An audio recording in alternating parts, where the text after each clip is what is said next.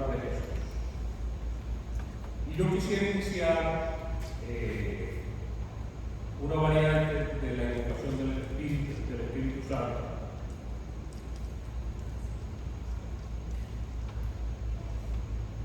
pidiéndole que tratemos de silenciarnos,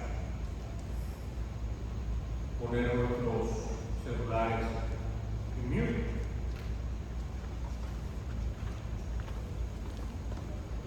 tomar la posición más cómoda que encontremos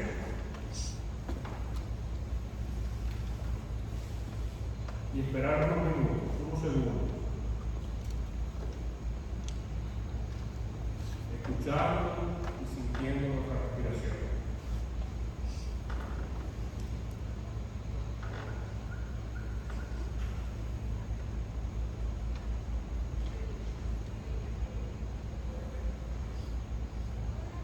Dando infinitas gracias a Dios por esta oportunidad de nutrirnos, de aprender,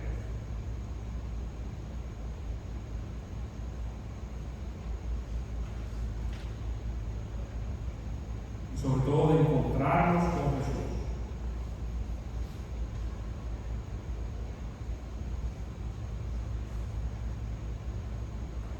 Tratemos de poner nuestra mente en lo posible en blanco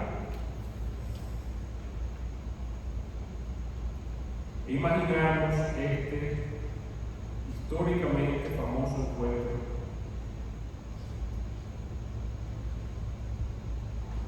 de un hombre llamado Saulo con Jesús.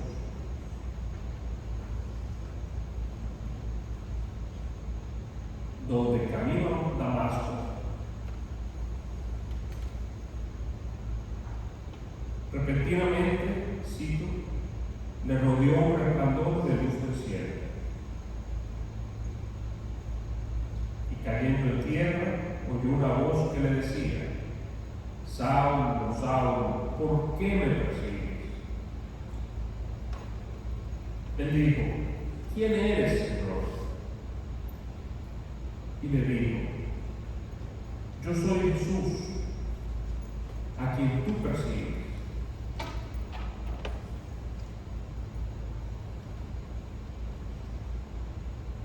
Él, temblando y temeroso, dijo: Señor, ¿qué quieres que yo haga?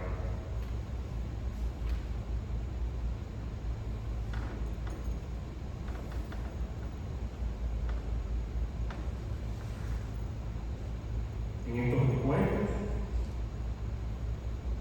poco a poco, quizás no como Pablo,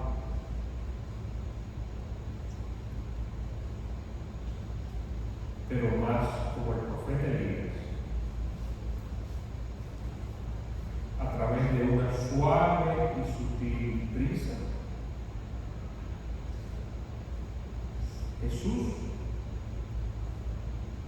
se va haciendo presente en la vida de cada uno, con cada palabra, con cada lámina que nos presenta nuestro Padre más.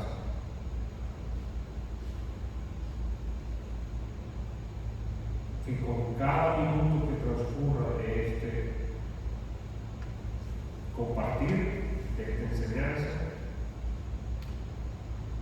meditemos esa misma frase que Saulo le dijo al Señor: ¿qué quieres que yo haga?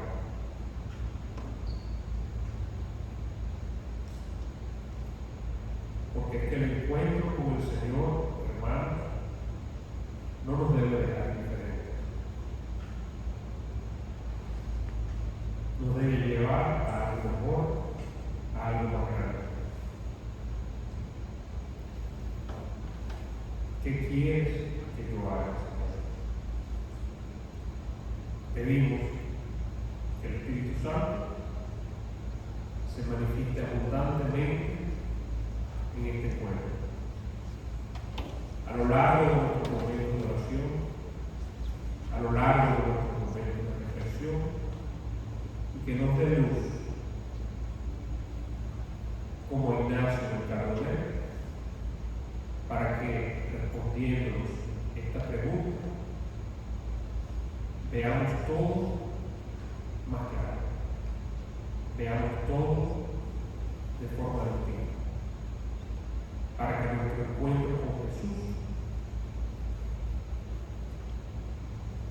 que promovemos a lo largo de esta formación, nos lleve a humanos, a un entender y sentir, y sobre todo hacer, el qué quiere Jesús de nosotros. Gloria al Padre, al Hijo y al Espíritu Santo.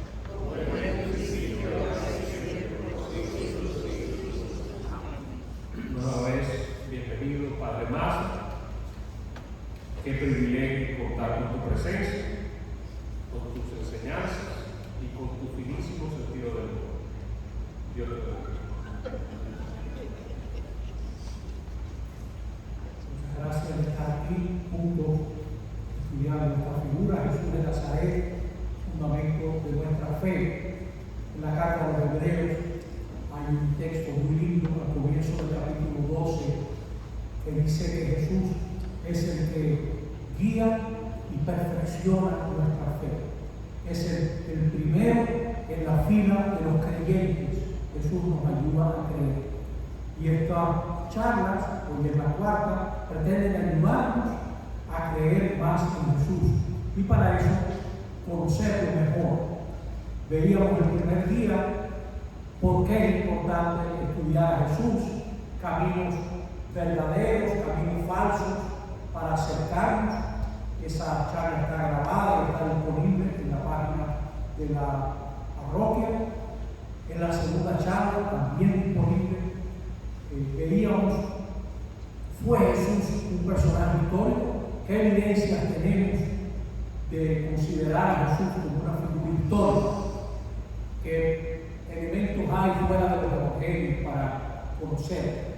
Y en la pasada charla, la tercera, que no sé si está disponible todavía, sí, va bien, viene por la tercera, el contexto judío de Jesús. Pues insistíamos sobre todo en esos grupos que existían en el tiempo de Jesús, los saduceos por un lado, y luego los que tenían mucho que ver con la reacción masílica, fariseos, los celotes, los esenios. Veíamos la importancia del templo, de la ley, y ese fue el tercer encuentro.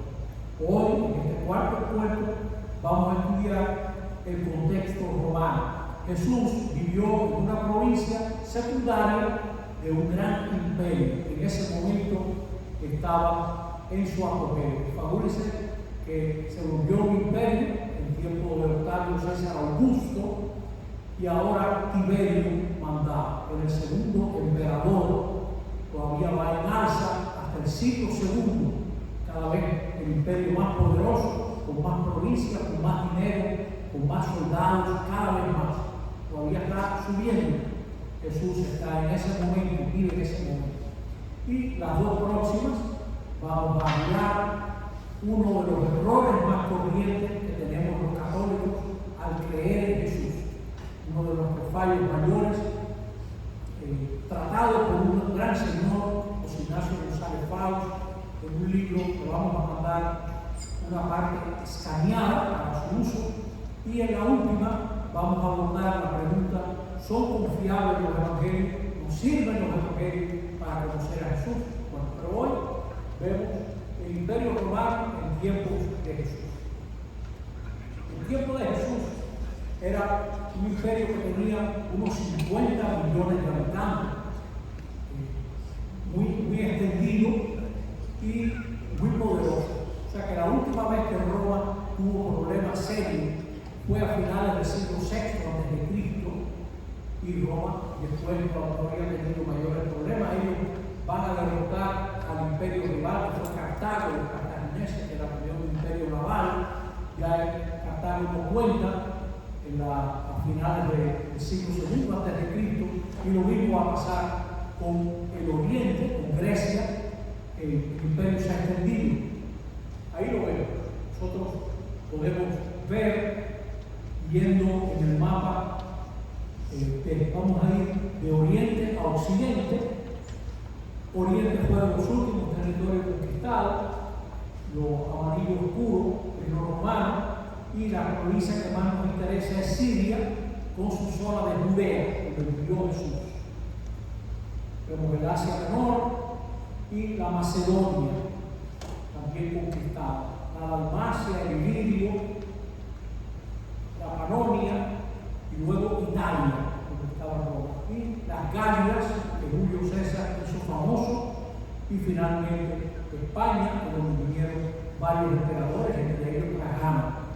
Y luego la costa norte de África, que para nosotros los católicos es muy importante, porque ahí hubo muchas comunidades muy interesantes. Todavía al día de hoy, cuando nombran un obispo auxiliar que no tiene territorio, le asignan una de esas ciudades antiguas, simbólicamente, como sede.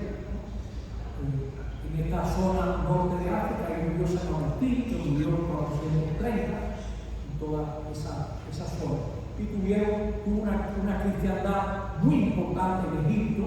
Ahí sale la ciudad de Alejandría, lo pueden ver en la boca del Nilo, donde hubo una cristiandad muy floreciente. Más tarde va a ser uno de los patriarcados.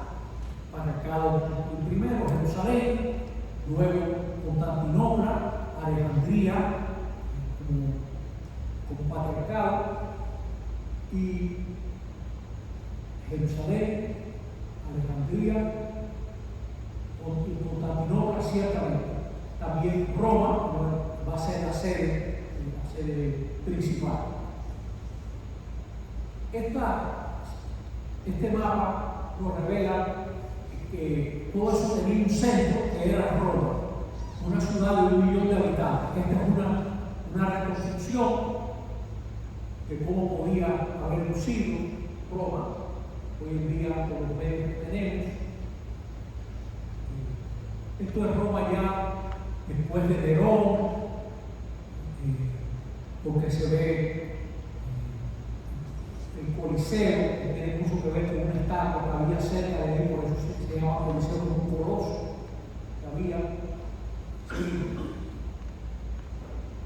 El poder de Roma era un poder militar, o sea que nadie quiere que lo explote, y Roma explotaba, y lo podía hacer porque tenía 30 legiones de más de 5.000 hombres cada uno. No es simplemente el número, sino era la organización, toda la logística. Roma proveía a sus soldados con armas, ropa, útiles y un entrenamiento. Cualquier soldado romano, por ejemplo, en la más humilde infantería, podía hacer diversas formaciones. Usted se ve muchos dibujos del pasado. Usted ve, por ejemplo, un grupo de infantería asaltando una puerta en un castillo, con los escudos en la cabeza, avanzando con la tortuga, todo debajo. Los romanos hacían mucho esto, creaban un arco, el enemigo está enfrente, creaban un arco y fortalecían las dos puntas y dejaban entrar a la infantería y luego cerraban. Tenían una cantidad de estrategias impresionantes. Tenían, por supuesto, arqueros, gente con lanza, todo el mundo con su espada, con un puñal, y caballería. Ya desde el tiempo de Alejandro Magno, por ejemplo, la caballería era un arma importantísima. Y lo va a ser, la caballería va a ser hasta la Primera Guerra Mundial. Todavía los polacos, en la Segunda Guerra Mundial, los polacos cargaron con la caballería contra los panzers y la infantería que los acompañaba, disparando, por supuesto, pero todavía hubo caballería en la comienzo, en septiembre del 39, todavía hubo caballería. Los romanos eran un ejército espantoso. Hay una comparación romana que seguro le gustará a las damas. Lo más horrible que vio un hombre en la antigüedad fue ver al ejército enemigo desplegado en orden de batalla, porque ese era el ejército que venía a matar. Eso es un achies ordinata, o sea, todo un ejército ordenado en orden de batalla. Hay una comparación romana muy linda que dice: la muchacha era tan linda y estaba tan bien vestida que se movía con achies ordinata, como un ejército en orden de batalla. Seguimos. De las figuras que vamos a ver hoy, esta es la primera, Pompeyo, rival de César. Pompeyo ya en el año 63 conquista la Palestina, o sea que donde se ve Siria, el amarillito de Siria, ahí toda esa zona la va a conquistar Pompeyo. Primero aliado y luego enemigo de César ha muerto, o sea que se rivalizaron con el poder. Ese es el año que Roma inicia su dominio, el año 63. Israel se había ilusionado desde la victoria de los macabeos. Israel había creído que iba a ser libre, que iba a tener una cierta libertad, y los romanos acaban con esa ilusión. O sea, ellos habían derrotado a los seleucidas en el siglo II a.C. y fueron libres por un tiempo, pero ya en el 63 Roma impone su yugo y de Roma no se zafa nadie. O sea, las primeras grandes amenazas fueron en el siglo IV, los bárbaros en Adrianópolis, la batalla de Adrianópolis, y más tarde el saqueo de Roma por Alarico en el 410, por ejemplo. O sea que todavía va a haber el imperio romano por un tiempo. Y ninguna de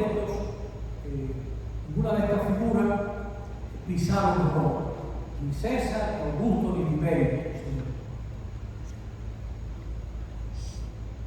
Palestina, como se ve ahí,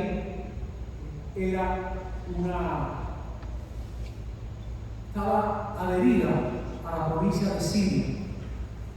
Ahí vemos una división: Palestina prima, Palestina segunda, Palestina tercia, y más tarde ellos lo van a llamar a Jerusalén Elia Capitolina, hasta el nombre de cambiar. Era una provincia siria, era una provincia de segunda categoría, no era importante, y Judea es un territorio secundario dentro de una provincia secundaria. Es más, hoy en día se cree que muchos soldados romanos que estaban en la Palestina no eran romanos, eran tropas auxiliares reclutadas por pueblos de la zona que le tenían un odio muy especial a los judíos. Los romanos, en cierto sentido, eran más decentes. Eso pasó también en la Segunda Guerra Mundial. Hubo muchas tropas auxiliares horribles, ¿no?, en los campos de concentración, por ejemplo, ucranianos, lamentablemente. Sí. Aquí tenemos la segunda figura, el general Casio, que esclavizó a unos 30.000 judíos en los alrededores de Magdala, cerca del lago Tiberíades.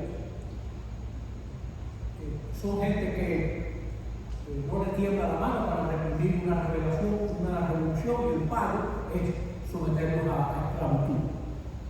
Pero eran gente muy severa, reprimían fuertemente, y a medida que aumenta la amenaza, aumenta el terror. Eso es algo que no ha cambiado en la historia de la humanidad.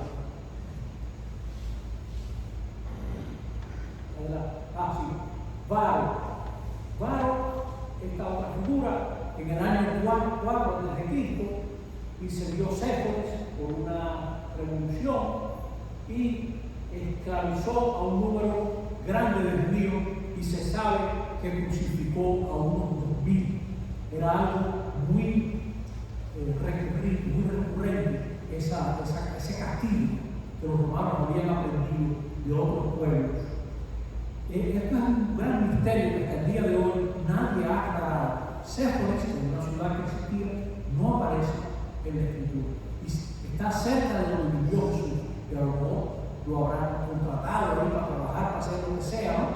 La gente pone a Jesús de carpintero, probablemente Jesús, diríamos hoy en día, un torero, un hace de todo, una gente que resuelve muchas cosas, un handyman, un tímido, que resuelve de todo.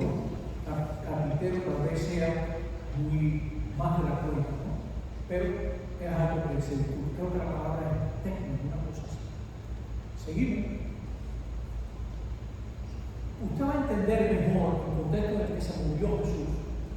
Si recuerdan, en el año 49, César se rebela. César había prohibido entrar con las legiones en Italia y el río que define es el Rubicón. Y por eso se usa hasta el día de hoy, cruzó el Rubicón.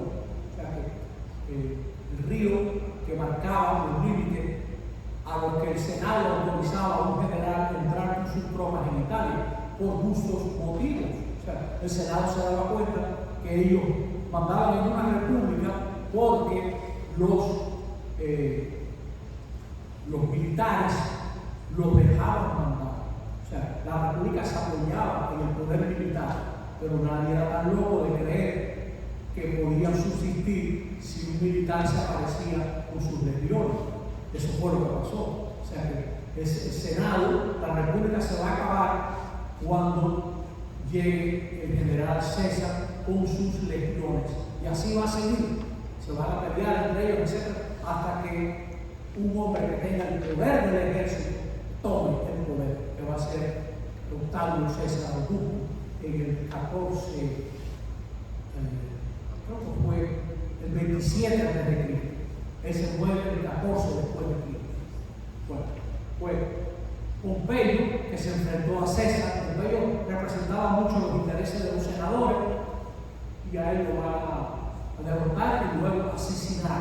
La persona que lo mató pensó que había sido un favor a César. Así le pasó a Danilo también, por cierto, en tiempo de Alejandro Magno. Seguimos. Después que César tiene el poder, hay peleas entre ellos y los judíos de la diáspora apoyaron a Julio César y por eso lograron que les perdonaran el servicio militar, el que no tuviera que alojar legiones romanas y que el sumo sacerdote pudiera ser una especie de protector de todos los judíos del imperio. Los romanos estaban muy agradecidos por ese apoyo que le dieron los judíos. Uno de estos señores, que por cierto yo creo que Antípater era inhumano, le da la impresión. Antípater es recompensado porque le da la ciudadanía romana. Como pasa siempre, colocó a sus hijos en diversos carguitos, le dio sus puestos. Uno de ellos, Fasael, nombrado general de Jerusalén, y Herodes, el futuro Herodes el Grande, y así había otro más, Josefo, prefecto de Judea. Pero Herodes el Grande es muy importante, que toma va a tener un papel muy significativo en toda esta historia. Pero no son más que agentes del imperio. Gobiernan tanto cuando el imperio los deja, ¿no? En este momento todavía no hay imperio, pero ya Antípater y más tarde Herodes el Grande desempeñan funciones a favor de Roma.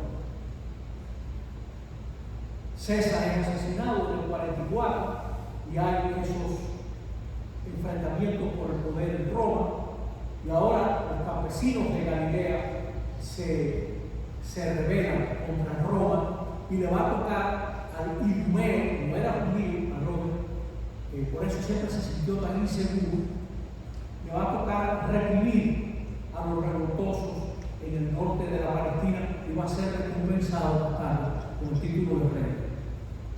No sé si esto no se ve porque está muy lejos, está muy cerca, no sé, siempre se está cubriendo. La pantalla está muy lejos, hay que ponerla un poquito más para abajo. Bueno, pues vamos a ver.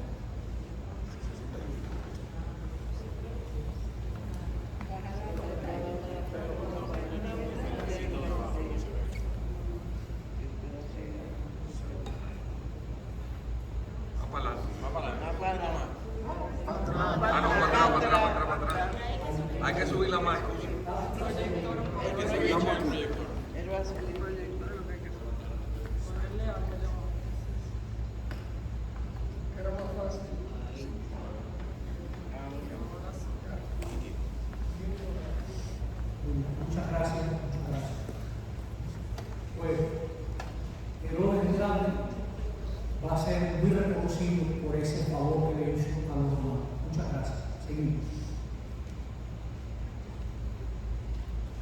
En ese momento, en el 37 a.C., Herodes va a ser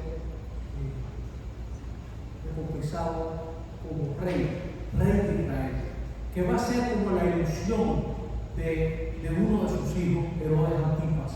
El papá fue rey, él va a querer también ser rey. Esta gente se adueña de las mejores tierras. La agricultura es la base de la economía, la gran base. Entonces están buscando siempre las mejores tierras. Eso fue lo que ellos cogieron. En el 5 a.C. ocurrió el rumor de que Herodes había muerto. En realidad Herodes murió al año siguiente. Y se formó un lío grande porque derribaron un águila imperial que Herodes había puesto, etc. Y Herodes lo hizo quemar vivo. La muerte de Herodes es en el 4 a.C. y por eso es que nosotros sabemos que nuestro cero está mal colocado, que fue una cosa increíble que este hombre lo calculara. Lo que era Dionisio del Sirio calculara también la fecha, pero probablemente se equivocó por unos años. O sea que Jesús nació antes de que Herodes muriera. Sabemos eso. Herodes construyó una fortaleza y se la dedicó a Antonio. Probablemente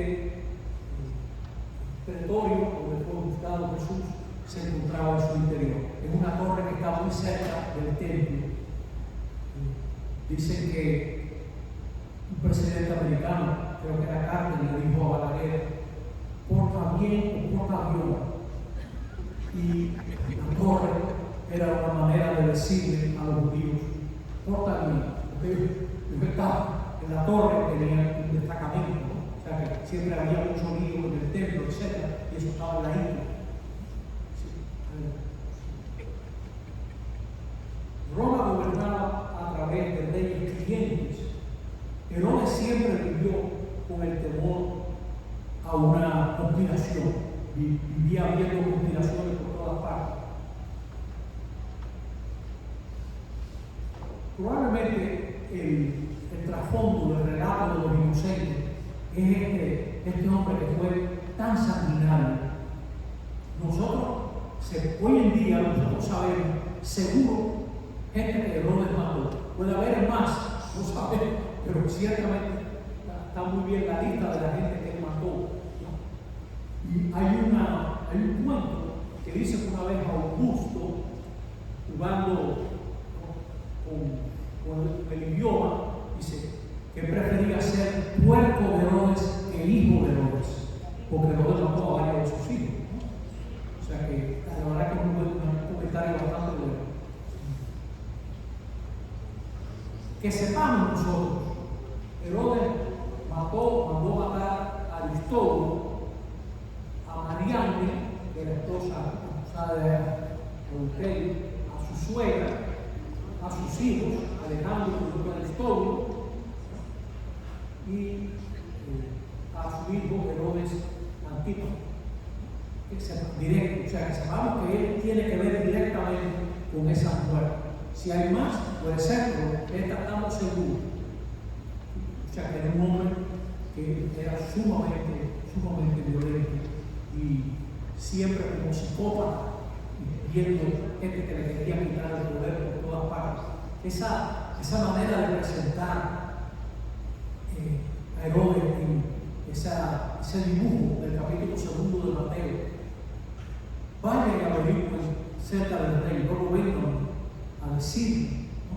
Herodes se llena de espanto cuando oye dónde está el que ha nacido rey, porque hemos visto su estrella en el oriente y venimos a adorarlo. Al oír eso, toda Jerusalén y Herodes tiemblan, porque a veces está muy bien recogido ese comentario por la persona que era Herodes.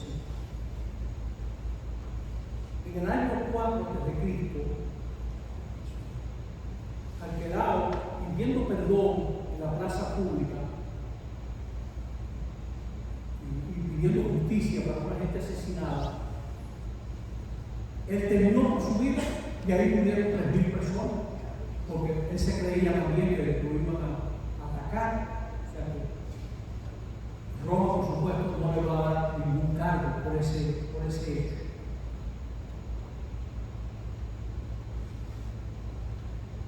Arquelao le pone en atención de los judíos. Roma va a nombrar un procurador, de modo que Roma va a administrar directamente la Judea, directamente. Cuando Jesús está en Judea, depende de los funcionarios romanos. Y Augusto fue particularmente severo con Arquelao, le hizo venir a Roma, fue juzgado y castigado, privado de su cargo, sus bienes confiscados y desterrado a Viena, en las Galias, una ciudad curiosa donde va a haber un concilio ecuménico en el siglo XIV, un poquito más tarde, ¿no? O sea, es el mismo lugar. ¿Sí? Y solo se recuerda una nota positiva de su reinado. Alababa que había sembrado muchas palmeras, tenía su meta ecológica, ¿no? Lo recuerdan por eso. ¿Sí? Por todas partes se da una explosión mesiánica. Justo cerca de nuestro seno hubo mucha inquietud, mucha inquietud. Por ejemplo, Judas, hijo de Ezequías, se proclama rey. Hay un esclavo de Herodes, un ex esclavo de Herodes que se revela, un pastor beduino. Y el pueblo que esperaba un rey, lo que recibe son las tropas romanas. En los primeros años de la era cristiana, Varo arrasa con Séforis, que ya lo vimos antes, ¿no? Por cierto, que Varo figura en una serie que hay en Netflix, porque fue histórico que él enfrenta a los pueblos hermanos y le hicieron una emboscada en Teutoburgo y le destruyeron, acabaron con su ejército. Y dice que después Octavio César Augusto se paseaba por el palacio llorando, diciendo: Varo, Varo, ¿dónde están mis legiones? ¿Dónde están mis legiones? Porque esa gente acabó. Pero está muy bien reconstruido en varias películas. En la de Gladiador, esa una batalla con germánicos perfectamente reconstruida, y en una serie que tiene Netflix sobre los hermanos también está muy bien hecha. Una emboscada muy bien preparada de esta gente que ni siquiera bárbaros, pero se ve que tenían sus ideas. Para que se recoja un poquito el ambiente de la época, en Hechos de los Apóstoles, usted ve a Gamaliel, después que mete preso a Pedro, etc., él los manda a salir fuera y dice: colegas israelitas, no actúen a la ligera con estos hombres, los apóstoles. Recuerden que en tiempo atrás se presentó un tal Teudas que pretendía ser un gran personaje, ya que se unieron unos 400 hombres. Más tarde, sus seguidores se dispersaron y todo quedó en nada, todo ese evento. Tiempo después, en época del censo, etc., Judas de Galileo arrastró al pueblo en pos de sí, pero también ese pereció. Y dice: por eso yo les aconsejo, dejen esa gente quieta, déjenlos en paz. Si su proyecto o su actividad es cosa de hombres, se vendrá abajo. Pero si es cosa de Dios, ustedes no podrán destruirla. Y ojalá que no estén luchando contra Dios. Dice, bueno, por supuesto, esto es Lucas redactando, pero la idea, yo traje ese texto porque recoge muy bien la efervescencia que había en tiempos de Jesús. Como mucha gente estaba esperando que iba a pasar algo, el ambiente estaba cargado de esa tensión mesiánica que están esperando. La pregunta de Juan Bautista, creo que es en el capítulo 7 de Lucas, tan bonita: ¿eres tú el que ha de venir o tenemos que esperar a otro? Porque ya habían pasado años. Eres tú el Mesías de verdad.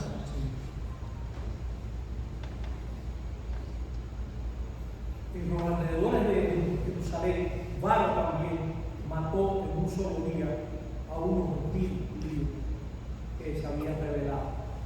En Jerusalén le había abierto las puertas y mucha gente de Jerusalén Jerusalén no se solidarizó con los que se habían rebelado y Varro los reprimió. Eso se hacía mucho. Por ejemplo, cuando la rebelión de Espartaco, si mal no recuerdo que fue antes de Cristo, pusieron mucha gente crucificada en una vía que sirviera de escarmiento a los demás esclavos.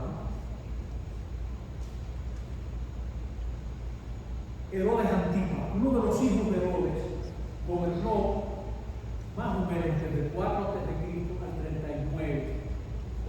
Fundó Tiberíades, él quería ganarse el beneplácito de Tiberio y le fundó su ciudad. La ciudad alcanzaría los 8.000 habitantes. La otra, esa área del mar, era mayor, ¿no? Pero este hombre siempre tuvo esa ambición, aspiraba a que Roma le reconociera en ese campo. Quedó así desilusionado porque Roma nunca le nombró rey, temiendo siempre cualquier revuelta, disgustar a los romanos, como había pasado a su hermano Quelao, y tal vez ver en este temor la causa de la muerte de Juan el Bautista, que este hombre no lo dejara de existir por si acaso que el enemigo le pudiera crear este hombre, ¿no? Era una persona bastante despreciada, Herodes Antipas, ciertamente. Esto era su dominio, ahí aparece el morado. Usted ve la Galilea y la Perea. Eran los dominios de Herodes Antipas. Sí. Jesús opinó sobre Herodes Antipas. Hay un pasaje en el Evangelio de Mateo y paralelos, esto está en Lucas también, parecido. Cuando se van los enviados de Juan Bautista, Jesús dice: cuando ustedes fueron al desierto, ¿qué iban a ver? ¿Una caña agitada por el viento? Dicen, la gente que ha estudiado esto, dicen que esto se refiere a una monedita que le dio mucha risa a los judíos, que mandó a imprimir Herodes Antipas, donde había una caña que estaba como inclinada. Y los judíos decían que ese era Antipas, que si el viento soplaba aquí, pues acá, si el viento soplaba, la caña que se mueve según el viento. Contrariamente a Juan el Bautista, que era un hombre vertical, era un hombre de principio. ¿Y qué salieron a ver? Un hombre vestido de púrpura, de ropa fina. ¿Quién es ese hombre de ropa fina? Herodes Antipas. Se está riendo de Herodes Antipas con todo su lujo, con todo su guardo, y está comparando a Juan con el hombre que lo mandó a matar. Que salieron a ver esa comparación que deja tan mal a Herodes Antipas, que era, en cierto sentido, un agente de Roma. Lo mandaba porque Roma lo dejó matar. Todavía más claro, en el capítulo 13 de Lucas, unos fariseos llegan para avisarle: márchate de aquí, Herodes Antipas te quiere matar, le dicen a Jesús en ese pasaje. Y Jesús responde de una manera muy fuerte. Mira cómo responde. Jesús le contestó: vayan y díganle a ese sordo, hoy y mañana expulso demonios y realizo curaciones, y al tercer día llegaré a un término.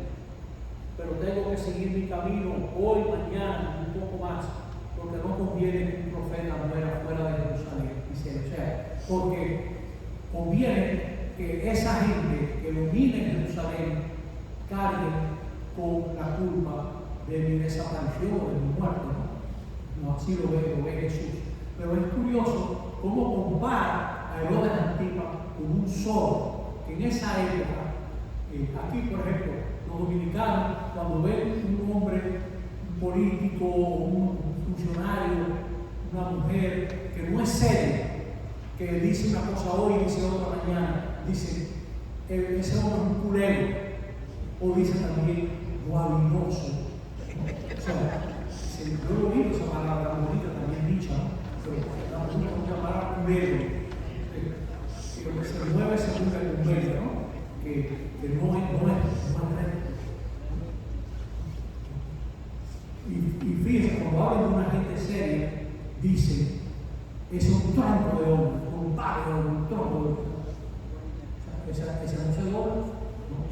O usted puede afincarse en esa persona, ¿no? Sí, seguimos.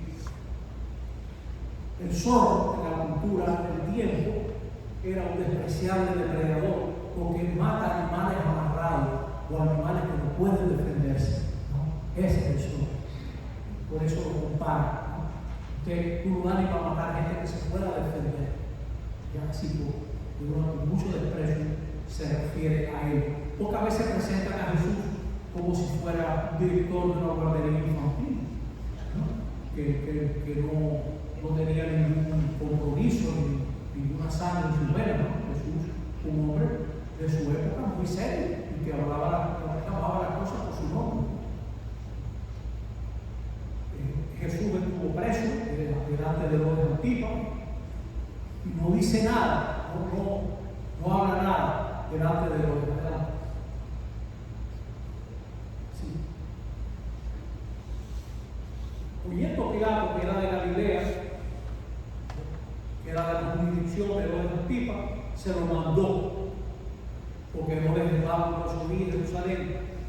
Pero él se alegró mucho, porque hacía tiempo deseaba verle, había oído muchas cosas acerca de él, y esperaba verle hacer alguna señal, y le hacía muchas preguntas. Y fíjese este dato, para se entiende mejor.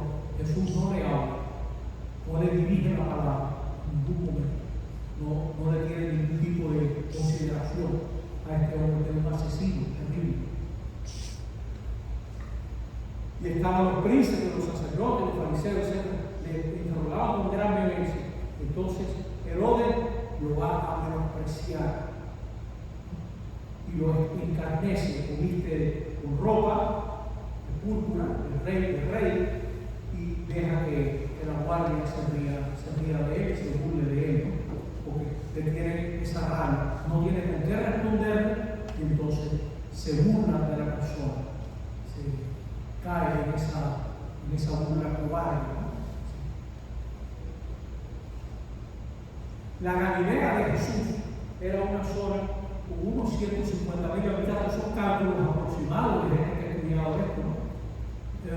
Bastante poblada para lo que era el tiempo, de una zona muy fértil. Dice la gente que ha ido, que hay mucho verde al día de hoy todavía en Galilea. Esta es la Galilea en el tiempo de Jesús.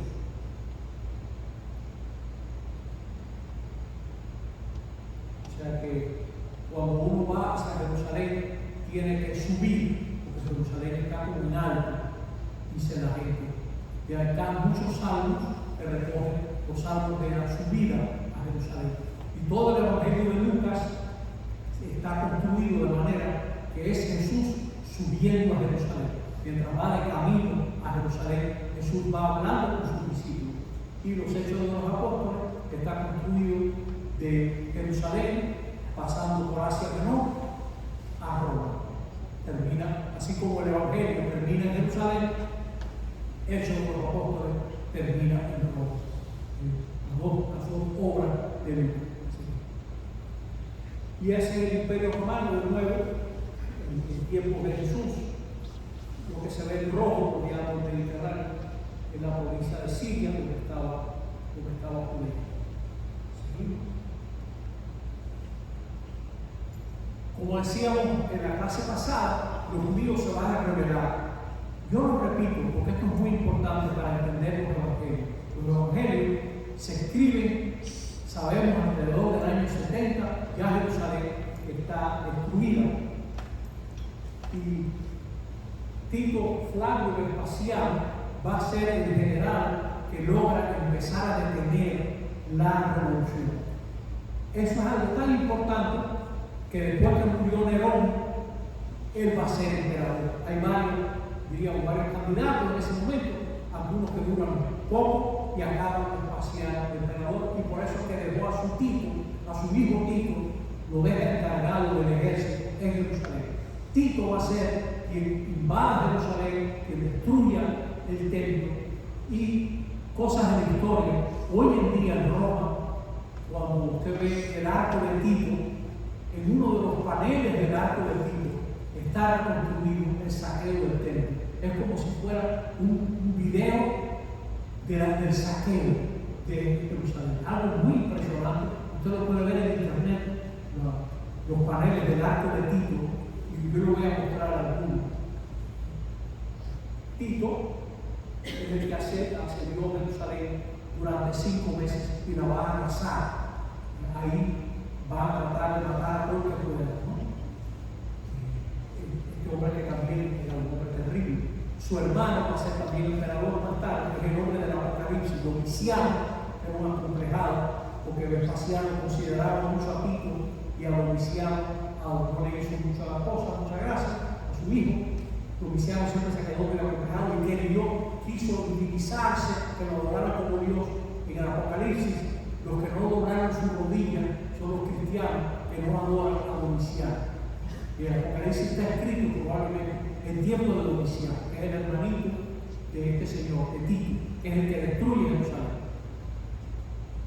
Una reconstrucción de lo que fue el año 70, eso más o menos sí se lo imaginan, algo terrible, no pasaron mucha escasez de agua y de alimento. Y la destrucción del templo son reconstrucciones, o sea, que eso no tiene ningún valor de apoyo de la realidad.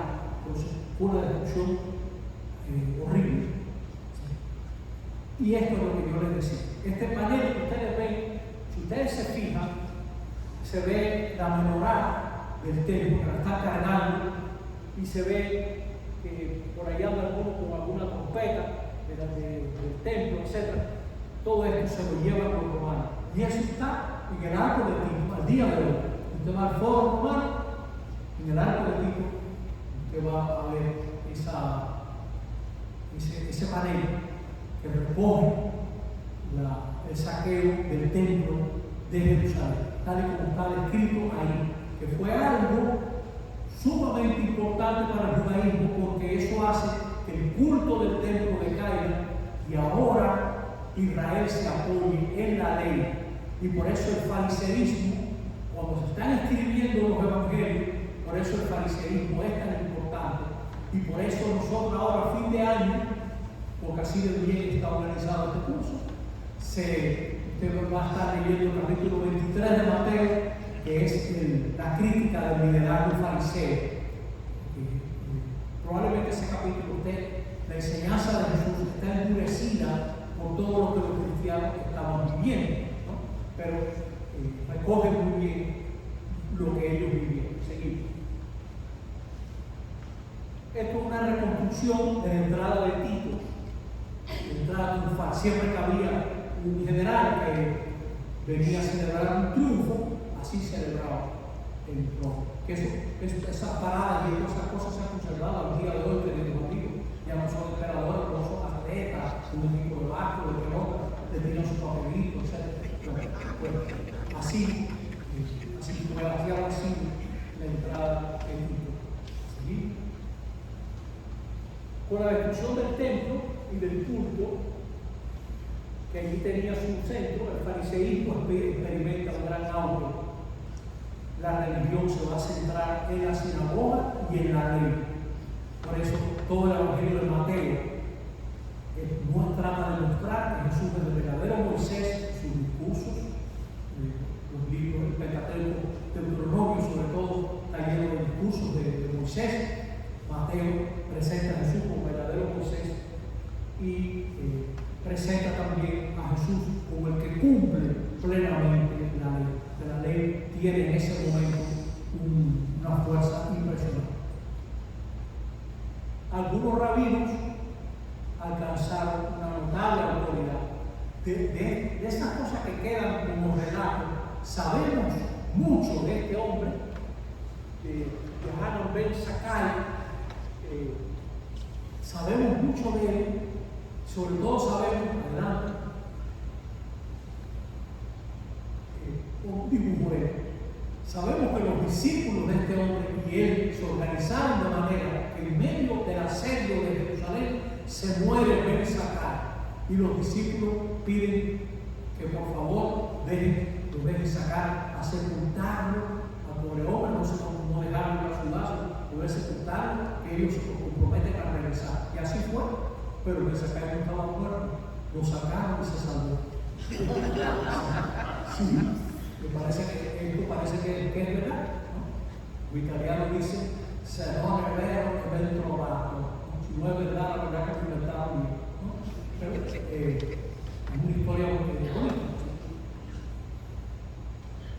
Bueno, después del año 70 que destruyeron el templo, los judíos se van otra vez a volver a levantar en armas en el tiempo de Bar Kokhba, siendo emperador Adriano. O sea que bajo el liderazgo de Bar Kokhba, ellos se rebelan. Y el emperador se molestó tanto que mandó a arrasar Jerusalén. Creo que ahí es cuando se va a llamar Elia Capitolina. Y hasta el nombre le cambiaron. Y mandó, simbólicamente, que se arrase y se echase sal para que no crezca nada. Pero, me imagino que lo habrán hecho unos metros, pero es como un castigo simbólico. Aquí no va a crecer nada. Y se prohibió que ellos pudieran vivir en esa zona. Se les va a prohibir. Aunque había judíos en el tiempo de las cruzadas, nosotros sabemos que cuando el asalto de Jerusalén en el 1099, los judíos pelearon del lado musulmán. Los judíos de Jerusalén. Tan salvajes fueron los cruzados que los judíos pelearon junto a los musulmanes en contra de los cruzados. Y fue malísimo, por supuesto, los masacraron aquí. Pero ya había judíos en ese momento. Pero bueno, legalmente ellos no podían vivir hasta que se cree el Estado de Israel en el 48, 1948. O sea que viene lo que se llama la dispersión, ¿no? Que están por todas partes. Estos son moneditas que acuñó Bar Kokhba. Está la estrella de David y la palmera por la liberación de Israel. Estas monedas se conservan como monedas de la rebelión.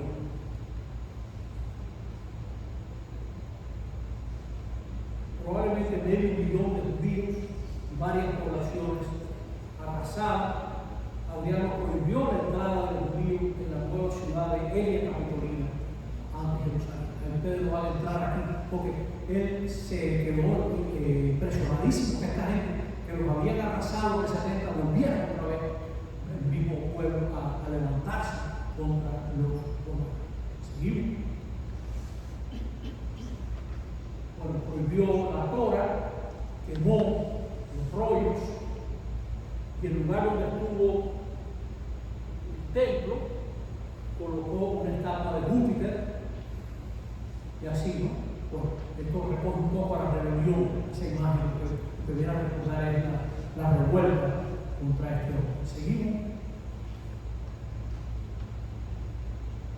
Como consecuencia de esa represión es el comienzo de la diáspora judía.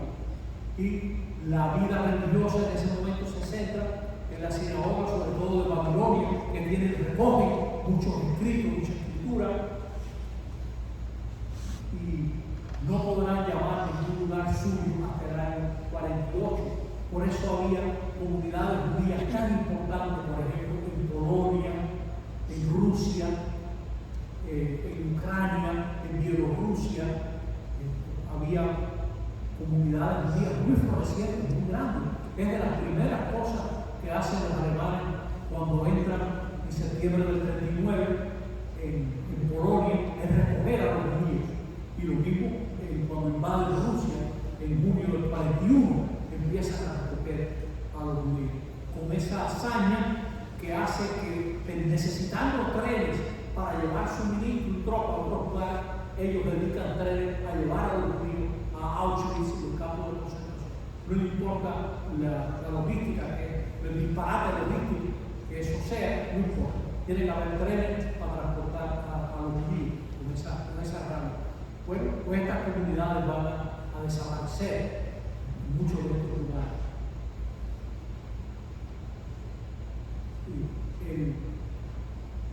El nombre del primer jefe tiene el nombre de un general de barcos, como ellos conservan todos estos símbolos de rebelión que tuvieron en el pasado. Seguimos. Y estas son monedas acuñadas en tiempo mariano. La verdad que no se ve muy bien, pero si usted se fija mucho en la de la derecha, dice que representa a Adriano Arango, ¿no? Ese hecho que él mandó hacer en la tierra santa de Jerusalén, Arango. Él tenía sus ideas. Este hombre estaba muy impresionado por la filosofía griega, sí, y por muchas cosas que él vio. Dice que él lo que admiraba trataba de reproducirlo. Cerca de Roma se conserva la Villa Adriana, donde usted puede ver un estanque largo como el Nilo. Usted puede ver una reconstrucción de los jardines colgantes de Babilonia, etc. Cosas que él vio que le impresionaron mucho. Es así lo he visto, ¿no? Yo nunca he estado en Tierra Santa. Sí. Hay algunas alusiones al Imperio Romano en los evangelios. Miren, ahora en Navidad, que la gente celebra como si fuera una fiestecita de niños, los textos de la Escritura están cargados de política. Cuando los ángeles le dicen a los pastores, hoy en Belén les ha nacido el Mesías, que es Señor, es Salvador. Eso no es casualidad. Solo el emperador era Salvador. Y ahora resulta que ese niño es también Salvador. Es algo muy particular. Como no tengan miedo, hoy en la ciudad de David les ha nacido un Salvador, que es Mesías y Señor. El emperador era Soter, Salvador, y ese era lo suyo, nadie más era Salvador. Y ahora Lucas dice que ese niño es Salvador. De modo que Jesús es el verdadero Salvador anunciado por los ángeles, en competencia directa con el emperador. Es más, probablemente la Navidad se creó para tumbarle una fiesta al emperador. O sea, el emperador Marco Aurelio, ya que el emperador, cuando el imperio ya estaba amenazado por los bárbaros, creó una fiesta del sol naciente, porque usted sabe, el sol ahora cada día brilla menos, dura menos la luz solar, hasta que hacia el 21 o 22 de diciembre empieza otra vez. Y entonces él celebraba el natalicio del sol invencible, que era él. Hay varias monedas que está el emperador con rayitos solares en el pelo, una corona de rayitos solares en su cabeza. Entonces los cristianos le colaron la Navidad ahí para decir que el verdadero sol invencible es Jesucristo. El verdadero, no era difícil poner a Jesús como la verdadera luz. De hecho, la primera fiesta sobre Navidad no fue Navidad, sino fue la Epifanía. Probablemente Epifanía se celebró antes de Navidad en Alejandría como una fiesta de las luces a comienzos de enero hoy en día para nosotros. Y nosotros le dimos audiencia a la Navidad y ellos antes nos habían dado la fiesta de la luz. Jesús, verdadera luz de los pueblos, ¿no? Y la estrella, etc. Seguimos.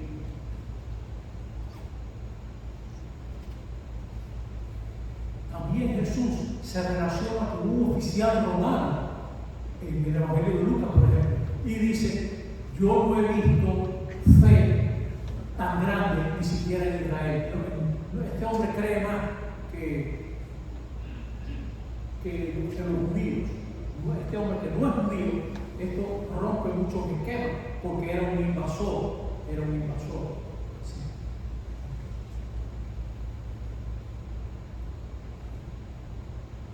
Jesús se maravilló, ni aún en Israel he hallado una fe tan grande. también cuando Jesús interroga al Geraseno, lo que los demonios responden es: somos legión. Eso es un término normal, totalmente. O sea que, así como quien no quiere la cosa, presenta a los demonios como formando una legión, ¿no? En el Evangelio. ¿Sí? Tal vez lo que más inquietó a los romanos era el asunto del tributo, que para ellos era como muy importante, y por eso había habido una revuelta en el año 6 a.C. Negarse a pagar tributo a César era como rebelarse. Estas conferencias están también organizadas, que ese fue el evangelio del domingo pasado. Entonces, nosotros tenemos totalmente de casualidad. A la gente que controla esto, sería bueno mirar el aire, a mí me parece que está sufriendo.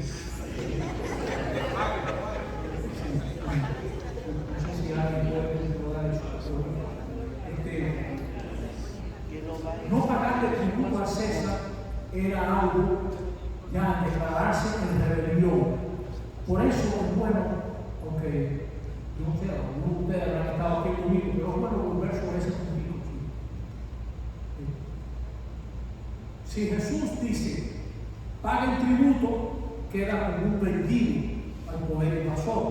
Y si dice, no paguen tributo, queda como un rebelde, está exponiendo su vida y también reduce su mensaje a una rebelión más, otra rebelión más política.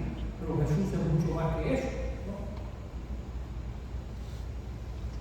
Cuando Jesús pide que le enseñe la moneda, está dando el primer paso de un ataque que no tiene escapatoria.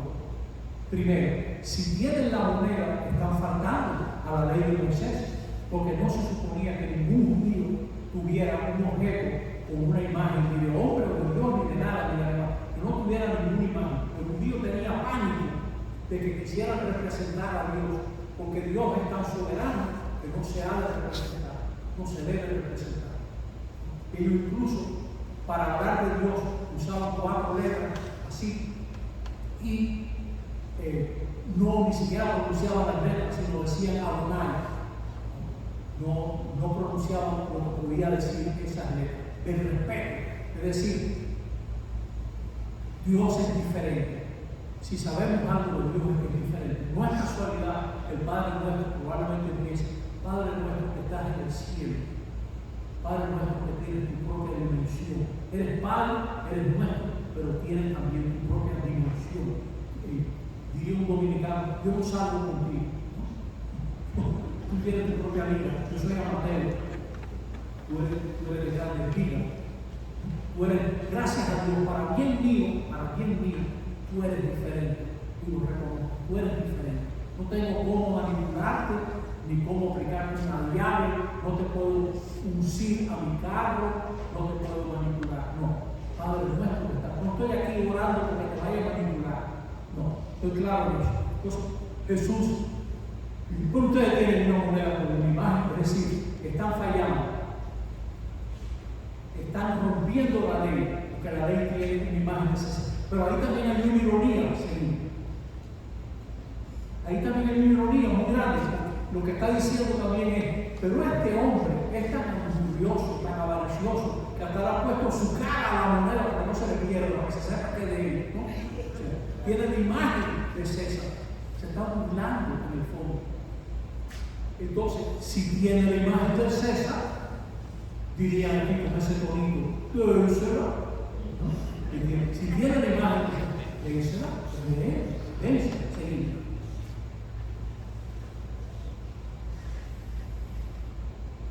¿De quién es la imagen? De César. Dele al César lo que es del César. Esta moneda es de César. No, Jesús no está dividiendo el poder. Esto lo han usado en 20 siglos de historia, 20 y pico. Muchísima gente que no entiende el pasaje. Dice: esto quiere decir que la Iglesia Católica tiene un ámbito y el Estado tiene otro ámbito. Eso no le interesa eso, para nada. Jesús no vivió en una comunidad organizada, partiéndose el poder ni nada de eso. No le interesa eso. Después sí, habrá papa que se dio Gelasio, por ejemplo. Él pensaba eso, etc. Y se va a usar para parar los pies a los emperadores. No, yo tengo mi poder también, pero ese no es el propósito de Jesús. El propósito de Jesús es mucho más profundo que es este. La moneda tiene la cara de César, tiene la imagen de César, pero ustedes que llevan la imagen de Dios son de Dios. Ese es el punto. Nosotros llevamos la imagen de Dios y somos de Dios más de lo que sabemos. Y somos imagen de Dios, llamados a la relación, llamados al amor, llamados a la lealtad, a servir, a pensar en los otros. Ser imagen de Dios es todo un programa de vida. Ser imagen de Dios es la gran dignidad del ser humano. Primer punto de la doctrina social de la iglesia, la dignidad del ser humano. Jesús está poniendo esta base. Ustedes tienen la imagen de Dios, son de Dios. Más que la moneda del César, que la moneda de la imagen está afuera, la imagen nuestra va por dentro. Tenemos la imagen dentro. El hombre y la mujer somos de Dios, porque estamos hechos a imagen de Dios. Y ahí, hasta aquí llegó lo que quería presentar. Ahora, si tienen alguna pregunta, con mucho gusto lo que yo pueda responder.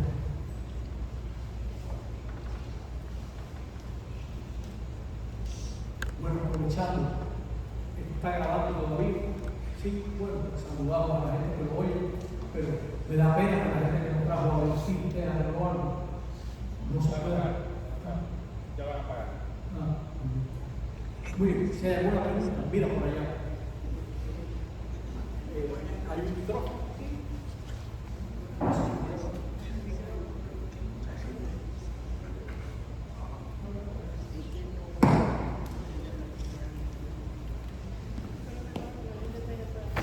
Por aquí. Se puede sentar ahí. Buenas noches. Usted hizo referencia durante su charla de series de Netflix o películas.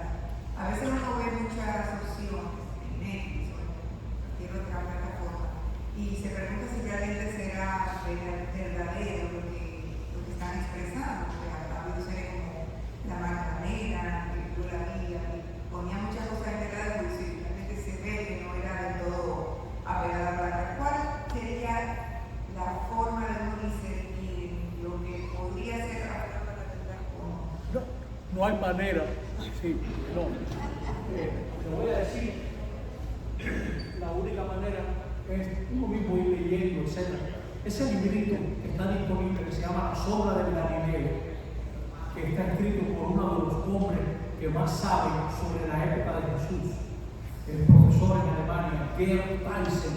Es un librito que se lee bien, es una especie de novelita, pero con mucha picardía. La novelita está hecha con todo lo que se sabe de cierto de la época de Jesús. Los diálogos son inventados, pero la evidencia histórica es real. No dice nada que no haya sucedido, que no tenga evidencia factual de arqueología, de historia, de tradiciones, etc., de testimonios de la antigüedad. Este hombre se maneja con los escritos judíos, se maneja con escritos romanos, se maneja con escritos posteriores, etc., con los evangelios. ¿Puede decir de nuevo el autor del libro? El autor del libro. El autor, Georg Tyson, T-H-E-I-S-S-E-N,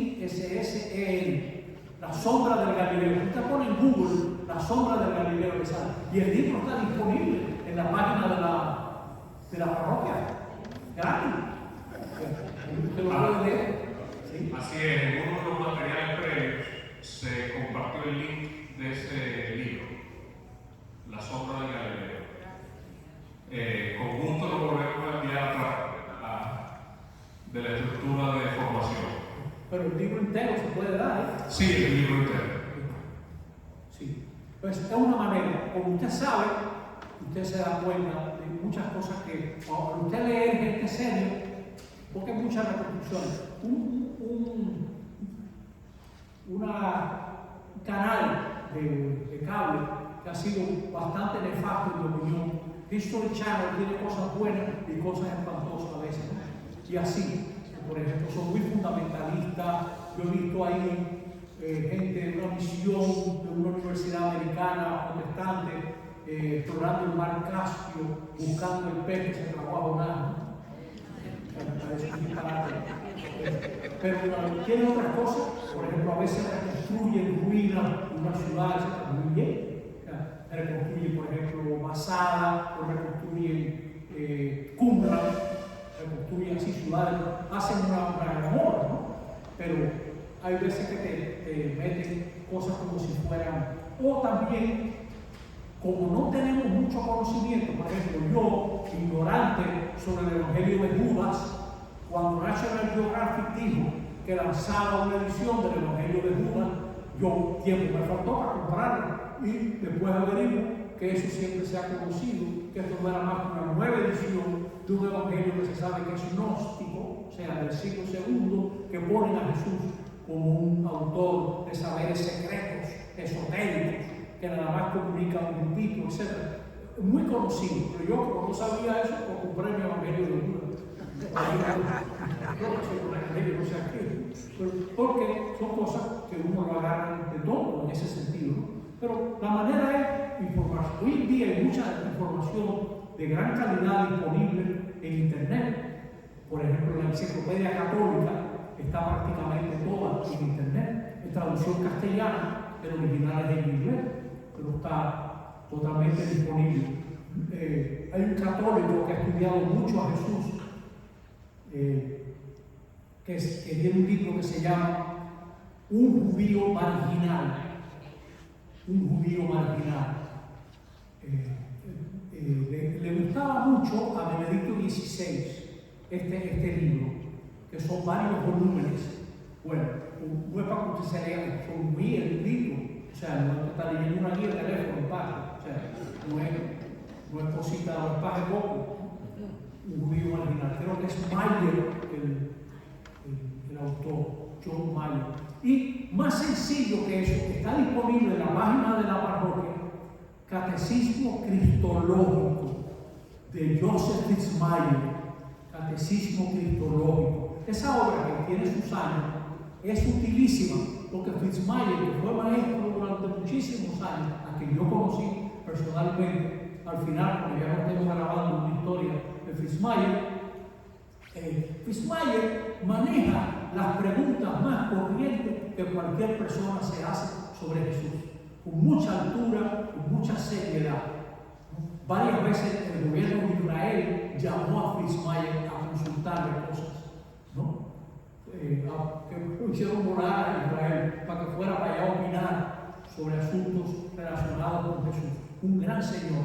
Y de Fitzmayer está en castellano los 2 volúmenes del Evangelio de Lucas, gratis en internet, que fue la obra que él hizo para el Ample Bible, The Gospel of Luke. Eso está en castellano, en varios volúmenes, y el primer volumen tiene una introducción al Evangelio de morirse, una cosa impresionante de la riqueza de la información. Pero ya le digo, el catecismo cristológico, usted lo lee fácilmente y busca la pregunta que le interesa, porque Fitzmayer se hace preguntas buenísimas.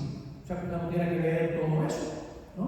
Sino que va leyendo lo que le interesa. Le interesa esta pregunta. ¿Qué me dice Fitzmayer? ¿Qué sabemos? ¿Qué Jesús conoció Pablo? ¿Qué sabía Pablo de Jesús, por ejemplo? O ¿por qué? ¿Qué podemos decir de los evangelios de la infancia, etcétera? Todo eso. Muy interesante. La mejor manera para discernir es leer, instruirse. Porque esas documentales tienen imágenes tan bien hechas que cualquiera se cree que estaban ahí con CNN y filmado a María Magdalena, ¿no? Sí. ¿Qué más? Buenas noches, padre. Le pido perdón porque lo que quiero es constatar que entendí correctamente un dato que usted dio, que es una pregunta que yo me he hecho hace años. Y cada vez que hay un conflicto Israel-Palestina, Palestina o vecinos árabes, yo vuelvo a, sí, yo sé que en el 48 le dijeron que volvieran a su tierra y que ahí se estableció el Estado, pero ¿por qué ellos no estaban ahí? Cuando usted dice que la diáspora judía inició en el 135 por ahí, quiere decir realmente que cuando los romanos dijeron váyanse de aquí, desde ese entonces hasta el 48 del siglo pasado, los judíos estaban divagando por el mundo sin un lugar que llamar casa y regresaron a este lugar que las potencias les dijeron váyanse para aquel sitio donde ustedes sabían que ya está ocupado y resuelvan su problema. Así es. Mire, los judíos estuvieron así sin poder tener un lugar que llamaran casa, de ninguna soberanía, muy explotados. Los cristianos, los católicos son responsables de muchas matanzas de judíos.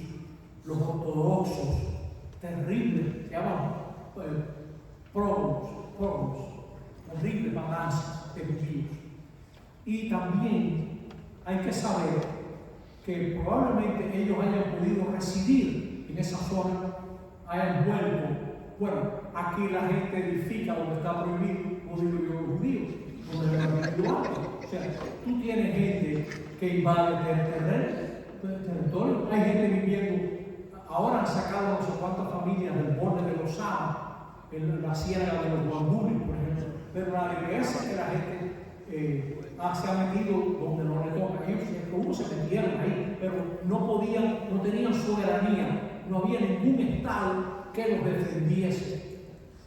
Segundo, en la Primera Guerra Mundial hubo algunos judíos que ayudaron mucho al gobierno inglés. Estoy hablando de algo que ocurrió entre 1914 y 1918. Y por ese motivo, los ingleses quisieron hacerle un favor a la comunidad judía y aprobaron lo que se llama el Balfour Resolution, una resolución del gobierno inglés que permitía que judíos pudieran residir en Palestina, pero no era un Estado. Y ahora, una opinión mía, óigame y usted investigue por su cuenta. Los gobiernos de Europa y de los Estados Unidos se portaron malísimo con los judíos. Desde Hitler ya está en el poder en enero del 33. Y ellos empiezan a denunciar que los están matando, ya los estaban persiguiendo, etc., a los judíos en Alemania. Y nadie les hace caso.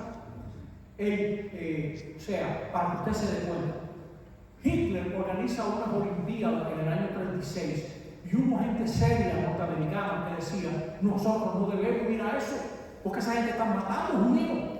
Y se formó tal reperpero en Estados Unidos que mandaron una delegación. Tiempo le faltó a uno de los nazis más brillantes, apellido Goebbels, para tratar a esa gente, al cuerpo del rey, la comisión que mandaron los americanos.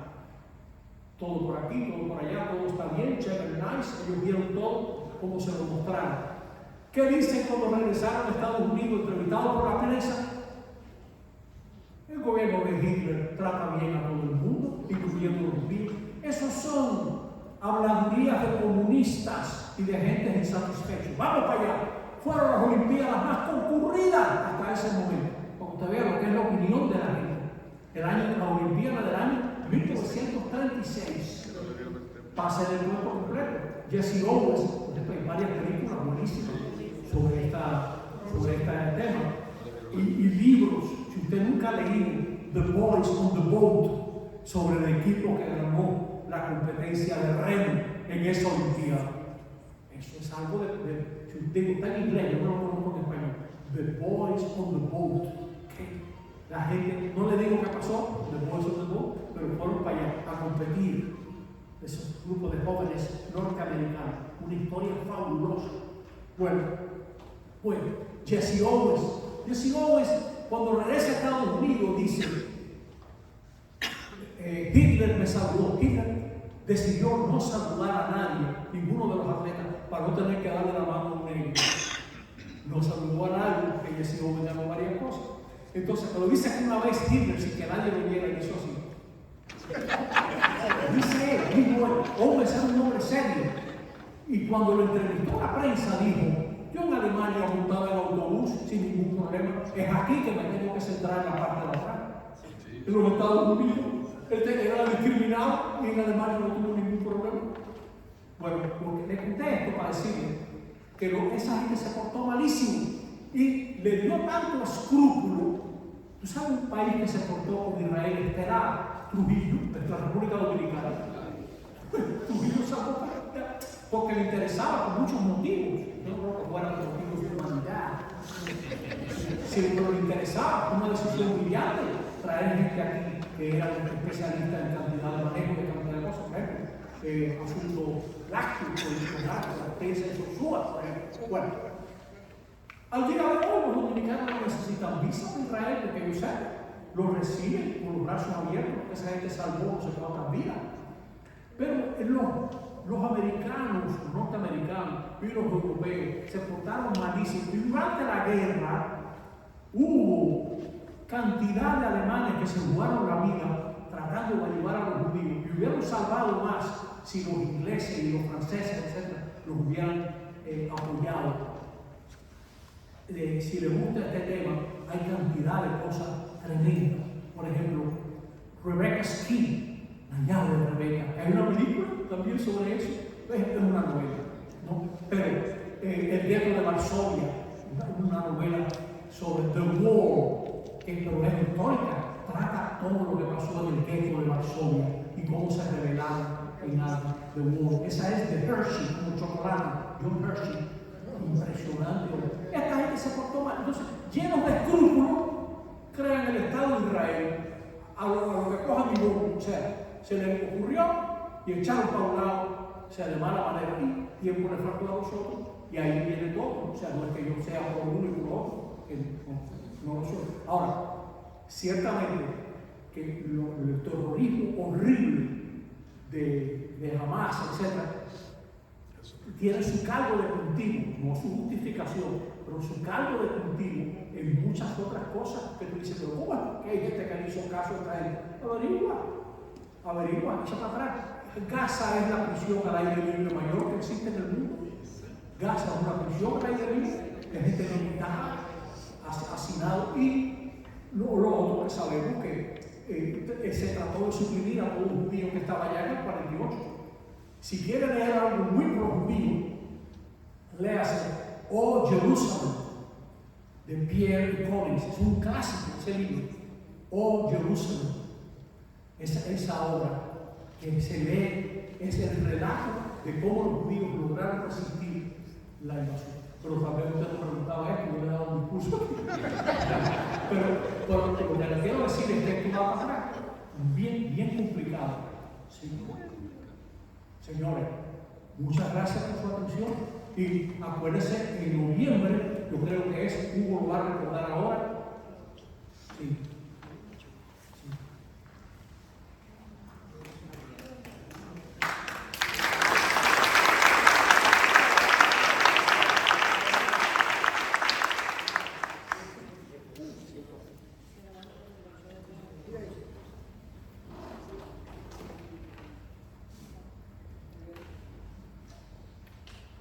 Así es, hermanos, mil gracias, querido Padre, como siempre, tan interesante, tan formativo, tan amena tu presentación.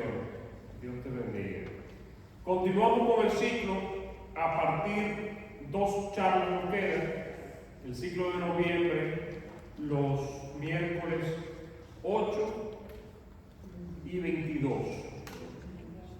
8 y 22 de noviembre será aquí en el templo, Dios mediante, y el nombre de la actividad será Una herejía corriente entre nosotros, negar la humanidad de Jesús. Primer tema, el del 8. Y el 22 vamos a compartir el tema ¿podemos fiarnos de los evangelios a la hora de conocer a Jesús de Nazaret? De nuevo, 8 y 22 de noviembre, Dios mediante. Gracias por su visita. Los catequistas, el material de catequesis está No sé si en el código QR o se compartió de otra forma. Código QR. Temas que vamos a ver.